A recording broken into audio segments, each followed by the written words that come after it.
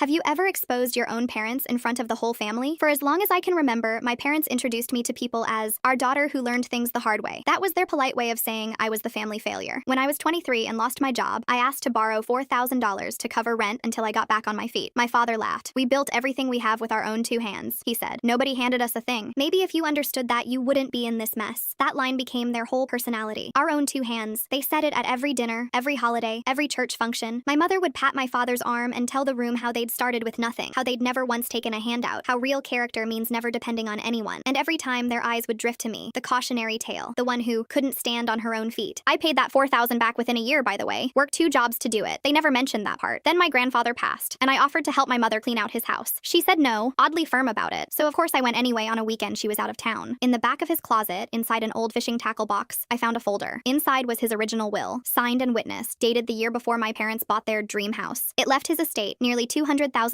split equally between my father and my Aunt Colette. Aunt Colette, my father's younger sister, the one nobody talked about, the one who'd spent 30 years renting a tiny apartment 2 towns over, working retail into her 60s, showing up to holidays in the same worn coat. The irresponsible one, the other cautionary tale. The will was clear. Half was hers. But there was a second document under it, a handwritten letter from my father to my grandfather's lawyer, requesting the distribution be simplified and handled privately through him, to avoid burdening Colette during a difficult time. Colette never saw a cent. My parents bought their house 8 months later. Cash. I photographed everything, every page. Then I put the tackle box back exactly where I found it and said nothing. Their 40th anniversary party was that spring. 200 people, a rented hall, a slideshow, my father's favorite phrase printed on every napkin, 40 years, built by hand. Aunt Colette came in that same worn coat and sat at the back table alone. My father gave a speech about self-reliance. "We never asked anyone for anything," he said, glass raised. "Everything we have, we earned. That's the legacy I want to leave this family." The applause hadn't finished when I stood up. "Since we're celebrating honesty and hard work," I said, walking to the microphone, "I have something I found while cleaning out Grandpa's house." My mother's face went white. My father set his glass down very slowly. "This is Grandpa's will," I said, holding it up. "Signed the year before you bought the dream house you built with your own 2 hands. It leaves half his estate, $100,000, to Aunt Colette." The room went silent. Colette looked up from the back. "She never got it," I said, "because Dad wrote a letter asking the lawyer to keep it quiet, handled privately. Colette worked retail into her 60s while you two paid cash for a house that was half hers." Someone gasped. A woman near the front set her fork down. My cousin turned to stare at my father, then at the will in my hand. Colette stood up slowly, her hand over her mouth. My father lunged for the microphone. "That is a private family matter. So is the $4,000 I asked you for," I said. "You told me nobody ever handed you a thing. Turns out somebody did. She just never knew." Colette was crying now. 2 of my uncles were already walking toward my father, and they did not look gentle. My mother sank into her chair. The slideshow kept cycling behind them. 40 years built by hand, glowing over the whole frozen room. I set the will down on the podium. "You spent my whole life calling me the one who couldn't stand on her own feet," I said. "At least I never had to steal from my own sister to do it."